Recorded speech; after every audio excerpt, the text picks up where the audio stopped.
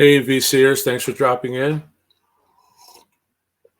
Tony's LPs are us here, checking back in with you guys. Appreciate everything. I just want to say, if you haven't subscribed yet, please do so. Really appreciate it. Helps us out quite a bit. And I love the comments. I'm getting a lot more comments as we get more viewers. So keep those coming. And last night's subject was Santana, and also I revisited the Roger Waters. And what I did was, with the Roger Waters, I actually listened to it a third time, but this time with headphones. So I want to give you my breakdown on the headphones as well. I usually don't listen to headphones unless the people in the house want me to keep it down late. But I really like to hear the air in between. But I have a really good pair of headphones right here. So these sound great. So I want to talk about those. And the subject matter the other night was, last night was Santana. And I've been reading Santana's Universal Tone. This is his memoir. The jacket's upstairs. But I'll tell you about this book. I borrowed this book from the library. I was doing some research on Sean Connery because I did a audio commentary for imprint Blu-rays on The Offense, which starred Sean Connery. And when I was there at the library, I go through the music section. I saw this. I pulled it. I liked it so much, I actually just got a copy online. So I just picked it up. It's a great memoir, one of the best rock memoirs, so I recommend this.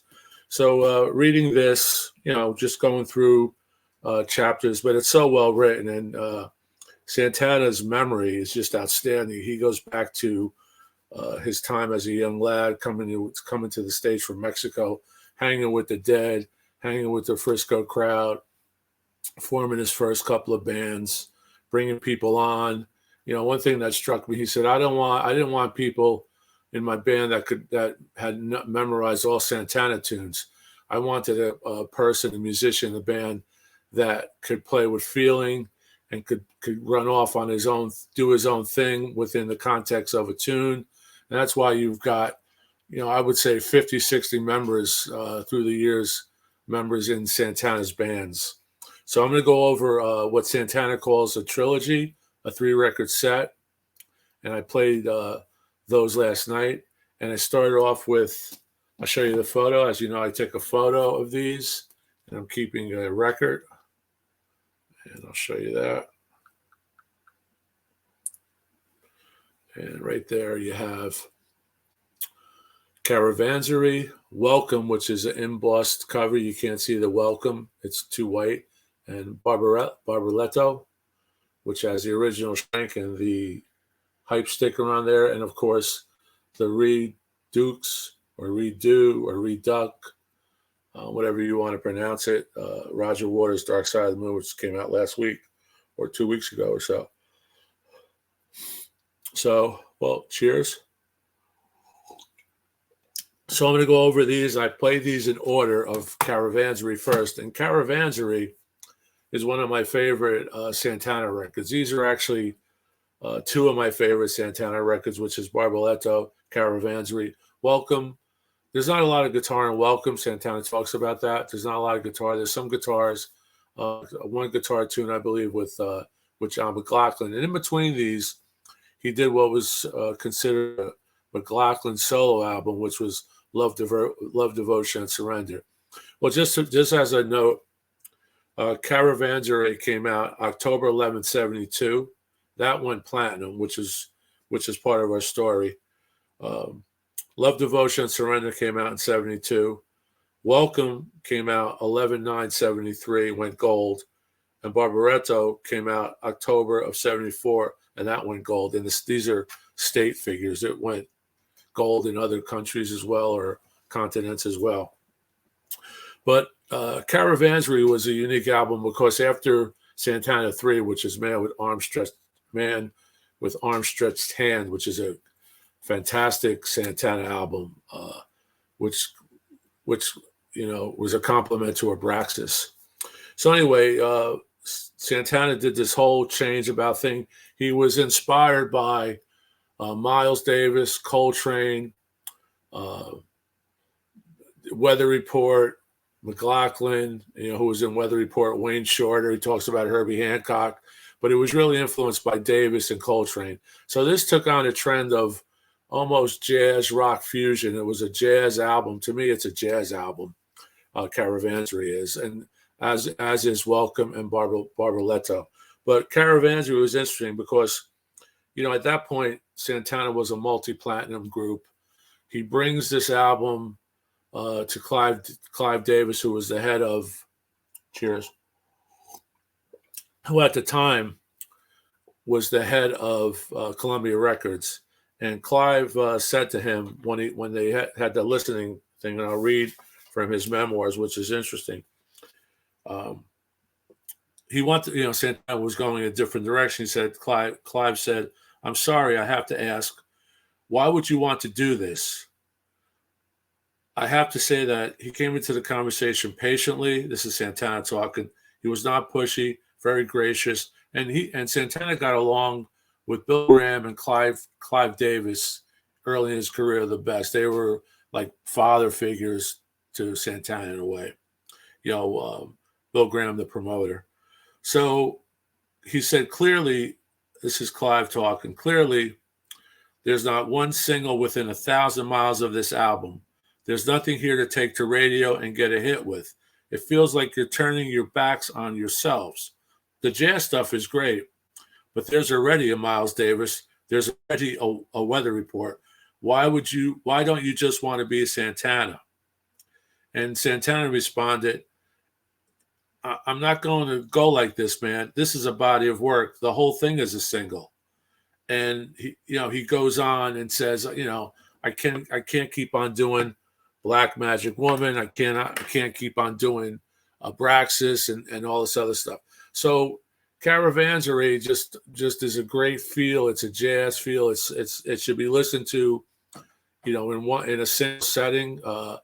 Listening, you in front of the turntable, you in front of your streaming, your media, your set, whatever you're listening to. It's also background as well, but to really get into this music, it's just a tremendous album. And Santana in the beginning, I did a short on it. It starts off with, here's the record itself. See right there, it has a gatefold. I'll just show you the record. And it has a desert caravan. And the first song, Eternal Caravan of Reincarnation, which, if you know this album, there it is.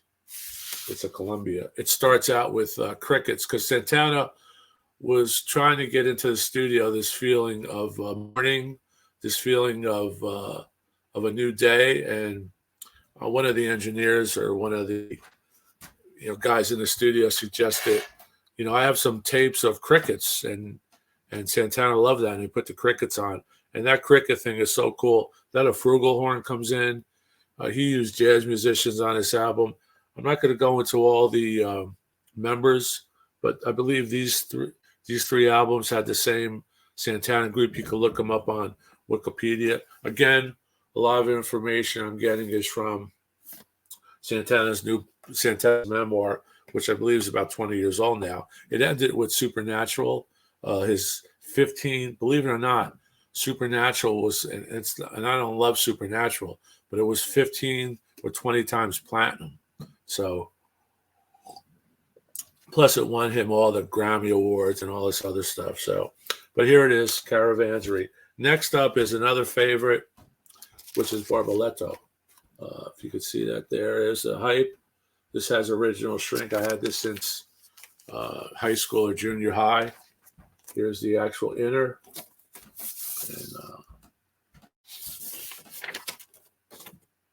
And this is fantastic.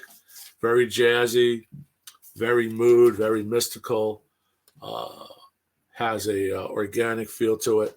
And I just want to add too that these early Columbias from the 70s, mid 70s, early 70s, they're not the best pressings. During the oil embargo, as you know, American vinyl for record pressing plants wasn't the best. This is I think these are this isn't noisy, but it doesn't I don't get that like separation with instruments and things. Don't get me wrong, it sounds great, but I know they could do better because when I put on a modern press that's done right by like Chat or Music Direct on a one step, you could definitely get that difference or a MoFi. So I know there's a MoFi of I believe of Caravanserai and Welcome, but I don't have that. So I'd like to hear your opinion. These are just my opinions, but I'd like to hear what you think. And then we have Welcome, and you could see this is embossed. And Welcome is the title track. Welcome. It was composed by John Coltrane. So it's a John Coltrane composition. And this is along the same vein. Here we have a custom label. Santana, first press, custom. And here's the original solid white inner sleeve, but it's a glossy white, like the jacket. So this is the Trilogy. And, Santana said these 3 records are a set.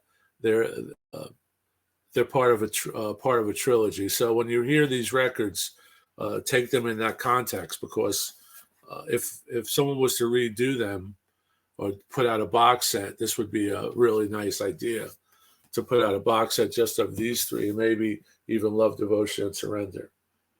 That's with John McLaughlin of Mahavishnu Band. John McLaughlin. Here's the inner. But really good stuff. If you want to get into it more, read some of Santana's memoir, which is called the Universal Tone, which I just held up. So that's what I did last night. But then listening to this, I'm thinking this is real. Some of these records reminded me of what Waters just did with the Redux or the redo of Dark Side of the Moon, his reimagining of Dark Side of the Moon. And that's this here. Here's the Shrink.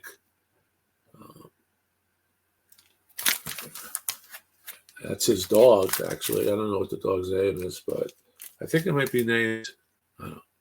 He has a couple of dogs, so I'm not sure of this dog's name. But what I did was I said, let me try the headphones. It was late, and I wanted to hear the mix close to my brain, close, and get that intimacy that you get with the headphone. And these are my Bowers & Wilkins headphones. These are great. They're broken in. I must have had them about 5 years now or so. But I would recommend you watch my review, and then I would recommend that you watch other reviews. And maybe if you don't have it yet, I suggest you get it. That's my opinion. I think it's worth having, especially if you're a Pink Floyd fan or a Waters fan or a completist. If you're a completist, then you already have it. A lot of people hate it. A lot of people are starting to like it. I liked it. I thought it was, his new take. It wasn't going to be a redo of Dark Side of the Moon. It was a redo of Roger Waters now at 80 doing Dark Side of the Moon and, adding new lyrics and soliloquies and things like that. But when you get to the headphones, you really hear, the great musicianship. He has a great band with him, a band that he's used for some other albums, as far as I believe Amused to Death, and going back to that point. But just really good. It's just perfectly balanced. The instrumentation is there. There's not a lot of guitar, obviously. Some of the parts that Gilmour did, he talks over those, or he has like an organ come in.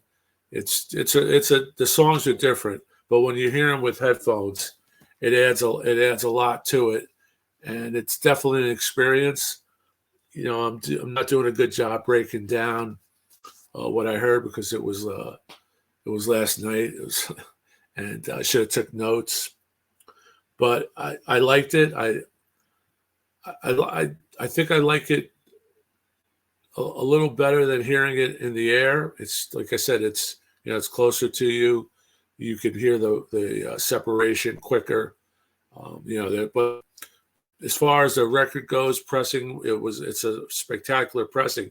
And when I played these two records, this is a double record, spread out over on 33 1/3, next to the Santanas, that you can hear the quality is much better with the later pressing, though it's apples and oranges, but sonic wise, dynamic wise, it's still there.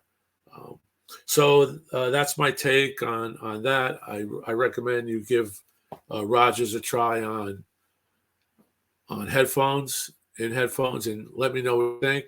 Also, please let me know if you dig these Santana records, because these are different from the Santana records of 1, 2, 3. And after these records, I believe he did Amigos, which is very Latin, very danceable, was more commercial. I love Amigos.